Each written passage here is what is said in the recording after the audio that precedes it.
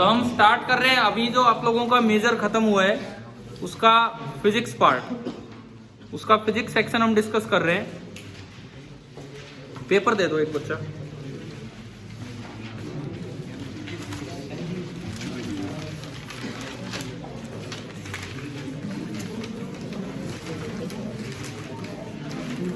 देखिए स्टार्टिंग करते हैं। इधर देखें, क्वेश्चन नंबर 1, केवल 13 सवाल डिस्कस करने, 15-20 मिनट में हो जाने हैं शायद।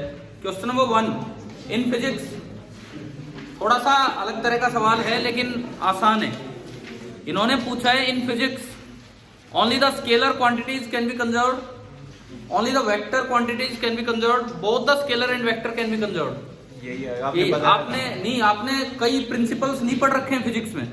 अच्छा, कल हम वो फ्लूइड पढ़ रहे थे, अब उसमें वो जो जहां हम थे बर्नौली इक्वेशन पे हम गए तो हमने बोला एनर्जी कंजर्वेशन है।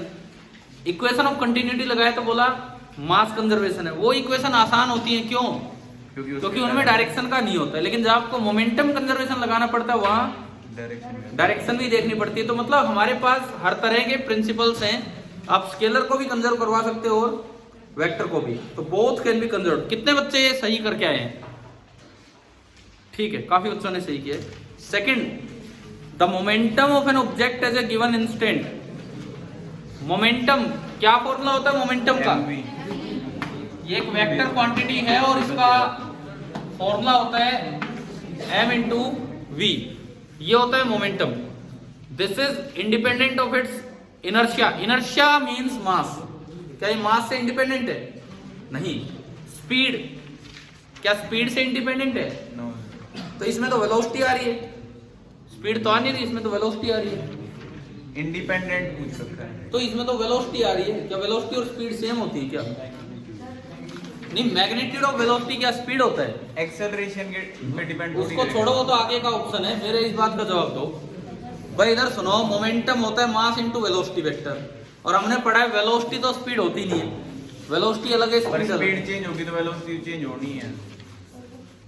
परंतु जरूरी तो नहीं है कि वेलोसिटी स्पीड से ही चेंज हो। क्या और तरीके से भी तो चेंज हो जाती है।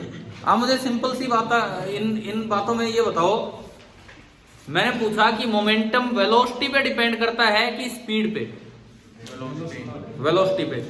तो फिर वो स्पीड से इंडिपेंडेंट क्यों नहीं है? बिकॉज क्वेश्चन में लिखा है at an instant, at a given instant. और आपको ये पता होना चाहिए कि किसी एक इंस्टेंट पे वेलोसिटी का मैग्नीट्यूड उस समय की इंस्टेंटेनियस स्पीड के बराबर होता है। ये इंस्टेंट पे ही होता है, एवरेज में नहीं होता है। समझ गए हो ना?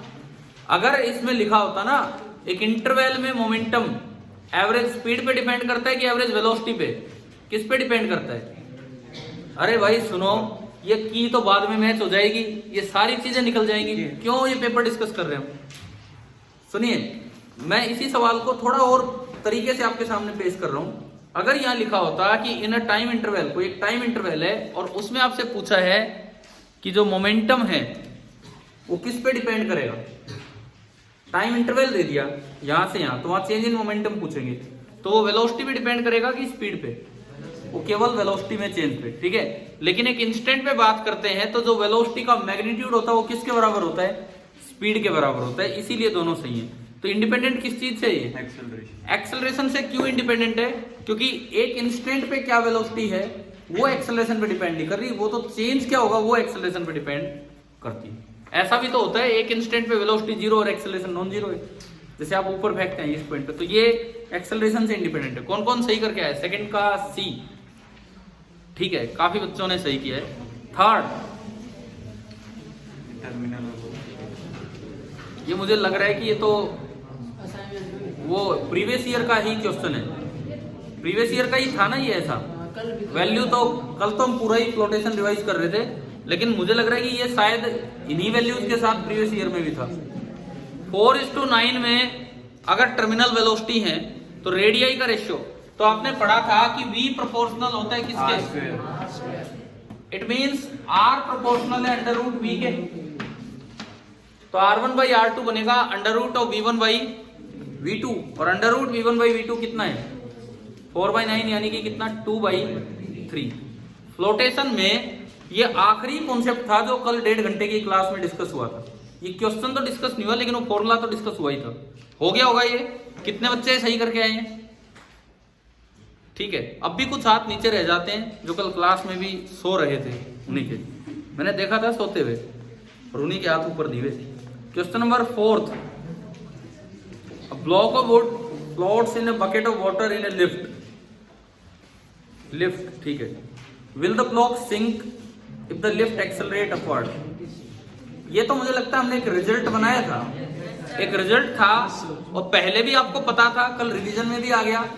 रिजल्ट क्या था कि कभी भी कोई फ्लोट कर रहा होगा तो आप अगर कंटेनर को एक्सेलरेट भी करा दोगे तो उसका जो पार्ट वाटर के अंदर पहले था उतना ही बाद में रहेगा। और हमने इसको प्रूव भी किया था शायद कल, जी की जगह G प्लस ए आ रहा था, है ना? तो इसका आंसर है 9। कितने बच्चे सही करके आएंगे? ठीक है। Question number 5, when the speed of a particle is doubled, speed doubled होगी, ratio of momentum to kinetic energy. देखो मोमेंटम तो डबल होगा और काइनेटिक एनर्जी 4 टाइम्स, तो रेशियो क्या होगा? 2/4। कितना हो गया? हाफ। शायद एक बहुत ही आसान सवाल है ना? उसके बाद क्वेश्चन नंबर 6, साउंड पे, the characteristic of sound that would result in an increase in loudness, loudness पे एम्पलीट्यूड में। अगर पूछा होता फ्रीक्वेंसी, पिच, है ना? अगर पूछा होता वेवफॉर्म, वो किससे रिलेट होती है? क्वालिटी, ठीक है ना? यही बातें हैं। और मीडियम, मीडियम पे क्या डिपेंड करता है? स्पीड। मैंने एक एक रिलेशन दे दिया जो ऑप्शन दिए वो क्लियर है। ये कौन कौन बच्चा सही करके आया? एम्पलीट्यूड। तो इसका मतलब तो नंबर थोड़े ठीक ठाक आने चाहिए, बाकी पता नहीं। ये 6 सवाल और आगे सारे 10th के हैं। फिर मोशन का क्या? कोई सवाल नहीं आया। हम मोशन रिवाइज करते रहते हैं। मोशन का तो एक सिंगल क्वेश्चन भी नहीं आ रहा ना इसमें, ठीक है। 7th क्वेश्चन देखें। मुझे जैसा ध्यान आ रहा है इन डायग्राम से, शायद ये IIT के पेपर में आया हुआ है और आपका NTSC का तो ट्रेंड है ही, ठीक है, तो शायद ये आया हुआ है, ये देखा था डायग्राम उसमें। हाँ जी, प्रीतम और हर्ष 10 मिनट बाद आ रहे हैं, तो भाई जाओ। क्वेश्चन नंबर 7 देख लो। 7 एक अच्छा सवाल है, वो देख के चले जाते। फटाफट दिखा रहा हूं मैं बस इसमें। देखो 7, देखो इधर सुने।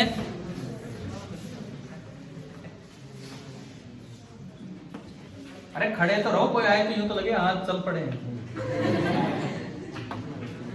ये कोई कंडक्टर है और जरा सा ही है, देख लो इधर, और एक बैटरी लगाई और बोला है कि रियल बैटरी है, उसकी कुछ इंटरनल रेजिस्टेंस भी है और इससे कुछ करंट फ्लो कर रहा है यूं, यहां से यहां कुछ रेजिस्टेंस है R, तो R/2 इधर और R/2 इधर। क्या डायग्राम आ गया समझ?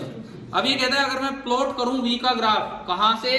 From the mid point of conductor, यही बोला है ना। और यहां से मैं x बनाता आगे बढ़ूं, मैं V का ग्राफ बनाऊं x के साथ, तो मुझे आगे जाना है। तो देखो सबसे पहली बात, इन्होंने क्वेश्चन में दिया है along the direction of current जाना है, लिख रखा है उसमें। तो along the direction of current potential decrease होगा इंक्रीज? डिक्रीज। कितना? I × R/2। तो कहीं से भी स्टार्ट हुआ पहले तो डिक्रीज होगा, उसके बाद इसको छोड़ो, ये तो कनेक्टिंग वायर पे कुछ नहीं होगा। एकदम से आप इधर से इधर आओगे तो पोटेंशियल क्या होगा? इंक्रीज। अगर आइडियल सेल होता तो E इंक्रीज होता, रियल सेल है तो E - IR। इंक्रीज तो होगा लेकिन वो E जितना नहीं। कितना इंक्रीज होगा? E - IR। और उसके बाद फिर आप फिर आधे पार्ट पे घूम के आओगे तो फिर से डिक्रीज करेगा। तो देखो ऐसा कौन सा ऑप्शन है जिसमें इंक्रीज भी हो रहा है लेस देन E? समझ गए हो ना? ये E - IR होना एकदम से हो गए फिर इसमें थोड़ी सी तो जगह होगी, बैटरी में भी हम चलेंगे तब, उसमें क्या है? ऐसा कोई ऑप्शन भी नहीं है कि जहाँ पे रिजेक्ट हो। भाई गए वो, जाओ आप लोग जाओ। क्वेश्चन नंबर 7 समझ आया कि नहीं आया? दोबारा बताऊं? नो सर, ठीक है। देखो एक बार ये सुनो, इनमें 3 ग्राफ दिए थे 7वें में। जो पहला ग्राफ है, अरे रुक जाओ, ऑनलाइन वाले बच्चों, भाई आपका पेपर खत्म तो हो लिया, कभी हमने पहले कवर कर दिया हो है? हाँ मैं इसीलिए, अंश पेपर खत्म हो चुका है।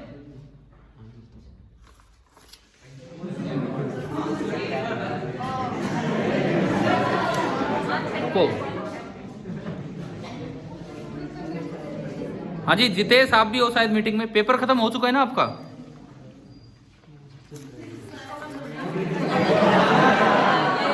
पेपर तो वैसे हो चुका, 12 से 2 टाइम दे रखा था उसमें, 12 से 2 था। चलिए देखिए, सुने तो इधर सुने। क्वेश्चन नंबर 8 सुन लो भाई, 8वां सवाल।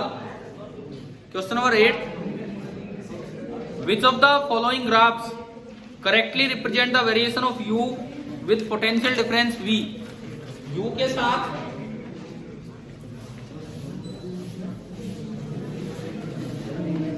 u का फॉर्मूला ये होता है u is equal to V square by R into T. बताओ ये होता है कि नहीं? u is equal to V square by R into T. तो u is directly proportional to v square, तो ग्राफ तो पैराबोलिक होगा। भाई इतना सोचना है किधर मुड़ेगा। v को डबल करते हो तो u कितना हो रहा है? 4 टाइम्स। तो ज्यादा कौन बढ़ रहा है, u या v? u। तो किधर बेंड होगा वो? u की तरफ बेंड होने वाला ग्राफ इसमें शायद 4 दिखा रखा है ना भाई? पैराबोलिक ग्राफ 4th वन है ये, ऐसा। आ गया समझ? आसान था ये सवाल, बल्कि पिछले में थोड़ा फिर भी ध्यान देना था, ये तो एक आसान सवाल था। Question number 9, which of the following graph represent variation of magnetic field B with distance r for very long stage. ये भी बड़ा आसान सवाल है।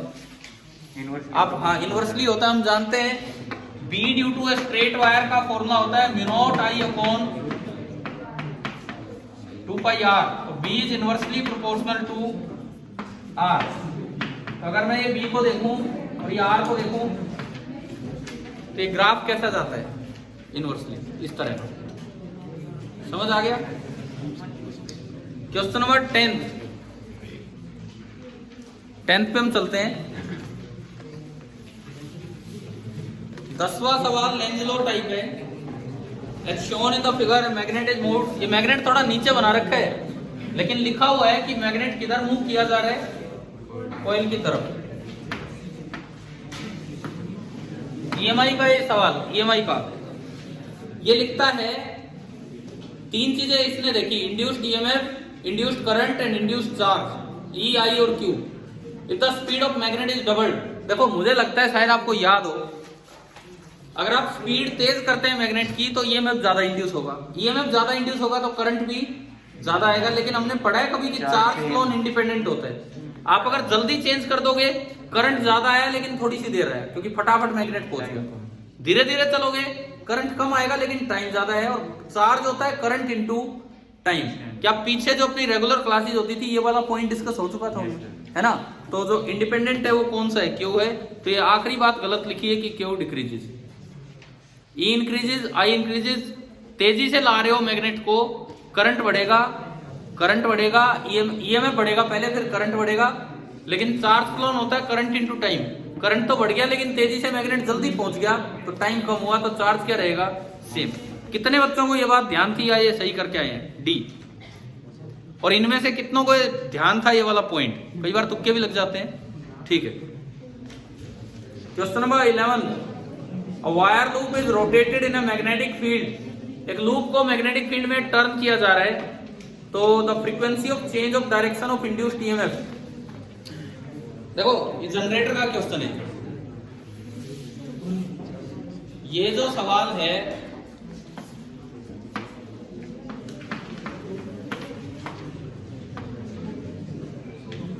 जनरेटर पे है। इधर देखें, ये जो क्वेश्चन है जनरेटर पे है। ये हमने देखा है ना, एक साइकिल का ग्राफ ऐसा होता है, इसके बाद फिर दोबारा से ऐसे ही बनेगा। ही होता क्या है, जनरेटर की कोइल जितनी बार घूमती है उसमें आधे में पॉजिटिव होता है और फिर आधे में नेगेटिव।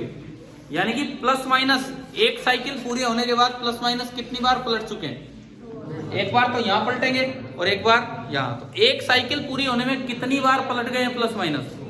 2 बार। रेवोल्यूशन कह रखा है, मतलब पूरी घूमने। हाँ तो एक रिवोल्यूशन ही कह रहा हूँ मैं। एक डी डॉट ए है, जब परपेंडिकुलर आए तब तक वो रहेगा, उसके बाद फिर चेंज होगा, तो 4 बार हो जाएगा। 4 बार नहीं होगा। क्या होगा सुनो, इधर सुन लो एक बार। जनरेटर का एक ठीक सा अच्छा सा सवाल है। सपोज आपने बी आगे लगा रखा है और ये लूप ऐसे, बी आगे लगा रखा है, लूप ऐसे, ये टर्न करेगा यहां तक जब आएगा तो फ्लक्स कम होगा और उसके बाद फ्लक्स फिर दोबारा से बढ़ेगा। ये एक साइकिल पूरी होती है। इसमें क्या होता है, अब सुनो, ईएमएफ थोड़ा अलग चलता है उससे। जब फ्लक्स मैक्सिमम होता है तो ईएमएफ 0 होता है। एक कंप्लीट साइकिल में क्या होता है, आधे टाइम तक ये पॉजिटिव और आधे टाइम तक ये नेगेटिव। यानी कि एक साइकिल में कितनी बार प्लस माइनस चेंज हुए, एक कंप्लीट साइकिल होने पे एक बार यहां चेंज हुए और एक बार यहां चेंज हुए। तो एक साइकिल में, एक रिवॉल्यूशन में कितनी बार प्लस माइनस चेंज होते हैं, 2 बार। यही होगा इसका आंसर। क्या दिया है, ट्वाइस पर रिवॉल्यूशन। ठीक है। और question number 12, determine the nature of lens shown, converging है कि डाइवर्जिंग।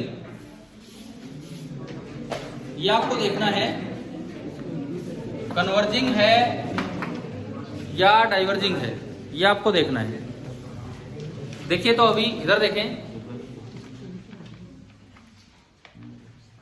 सराउंडिंग मीडियम एयर है और ये ग्लास है। तो आपको यार एक तो ना सबसे पहले फॉर्मूला याद होना चाहिए, 1/f n लेंस, अच्छा म्यू बोलो चाहिए उसे, n surrounding minus 1 1/r1 minus 1/r2 1/r1 minus 1/r2, ये होता है। ठीक है। इसके बाद सुनो, देखो अब इधर देखो, n लेंस ज्यादा है, क्वेश्चन में दिया है ग्लास का लेंस और सराउंडिंग एयर है, तो ये रेशियो 1 से बड़ा हो गया, -1। तो ये तो हमेशा ही क्या है, अगर ये पॉजिटिव आ गया तो लेंस कन्वर्जिंग हो जाएगा क्योंकि फोकल लेंथ पॉजिटिव, और ये नेगेटिव आ गया तो लेंस डाइवर्जिंग। बस ये चेक करना है। अब देखो शेप देखो आप, पहला जो P पार्ट दिया है P, उसमें एक तो यूं है और एक यूं है और रेज इधर से आ रही है। ये डायग्राम आ रहा है समझ? देखो ये ओरिजिन हम मानते हैं, तो पहले वाले का तो स्फीयर बड़ा बनेगा और दूसरे वाले का स्फीयर छोटा। जो फ्लैट होता है थोड़ा, उसका स्फीयर बड़ा बनता है, और जो कर्व ज्यादा होता है उसका स्फीयर छोटा बनता है। और R1 R2 दोनों नेगेटिव है क्योंकि पहले का सेंटर भी इधर है और दूसरे का सेंटर भी इधर है, पीछे की तरफ है। यानी कि ये भी नेगेटिव, लेकिन ये माइनस माइनस क्या हो जाएगा, पॉजिटिव। अब बस ये देखना है 1/r2 बड़ा होगा कि 1/r1, क्योंकि इसको हमने देखा तो ये बना 1/r2 माइनस 1/r1। इसको हमने देखा कि ये बना 1/r2 माइनस 1/r1। ठीक है। अब इधर समझो, इधर देखो, डायग्राम देख के बताओ R2 बड़ा है कि R1? R1 जो बड़े वाला है फर्स्ट सरफेस वो बड़ा है। डायग्राम देख के आपने बताया कि R1 बड़ा है, समझ आ रहा है ना ये? अरे क्लियर हो रहा है? फ्लैट पार्ट का रेडियस बड़ा होता है, R1 बड़ा है तो 1/r1 क्या होगा, छोटा हो जाएगा। यानी कि जो नेगेटिव में नंबर आ रहा है वो तो छोटा है और जो माइनस माइनस प्लस हो गया वो बड़ा है। बड़े में से छोटा घटाओगे तो पॉजिटिव आएगा कि नेगेटिव? पॉजिटिव। तो पहले की फोकल लेंथ पॉजिटिव आ गई तो नेचर कैसा है, कन्वर्जन। अच्छा सवाल है यार ये। हाँ। आपको शेप देख के ना पता लग रहा है, शेप देख के में वो पॉजिटिव हो जाएगा। दूसरे में देखते हैं, पहला क्लियर हुआ सभी को? एक बार देख लो सेकंड भी। सेकंड में दोनों पॉजिटिव है, शेप जिस तरह है, ये है और ये है, इस तरह का है ना सेकंड। तो R1 तो ये पहली सरफेस होती है, इसका तो सर्कल छोटा बनेगा स्फीयर, और इसका स्फीयर बड़ा बनेगा। तो R1 तो छोटा होगा और R2 बड़ा है। दोनों पॉजिटिव क्योंकि दोनों आगे हैं, तो दोनों पॉजिटिव है। अब R1 छोटा है तो 1/r1 बड़ा होगा, बड़े में से छोटा घटाओगे तो पॉजिटिव। तो इसकी भी फोकल लेंथ पॉजिटिव आ गई, तो ये भी नेचर कैसा होगा, कन्वर्जिंग। ये अच्छे सवाल है। कुछ एक जो क्वेश्चंस हैं, जैसे एक तो वो जेई वाला लग रहा है मुझे, है ना, वो एक ये, उससे भी ज्यादा बेटर ये है क्योंकि इसमें शेप का ध्यान दिया गया है। हाँ सारी बातें। और थोड़ा और भी बेटर हो जाता अगर बाहर कोई ऐसा मीडियम दे देते जो इससे डेंसर है, तो फिर एक और बात पे ध्यान जाना था आपका, है ना भाई। आखिरी सवाल 13, as the temperature of a conductor increases. Conductor जो होते हैं, देखो कंडक्टर और सेमीकंडक्टर और इंसुलेटर, टेम्परेचर बढ़ाने से कंडक्टर्स की रेजिस्टिविटी बढ़ती है जबकि सेमीकंडक्टर और इंसुलेटर की कम होती है। ठीक है। तो टेम्परेचर बढ़ाया आपने तो इसका मतलब रेजिस्टिविटी कंडक्टर की क्या हुई, इंक्रीज।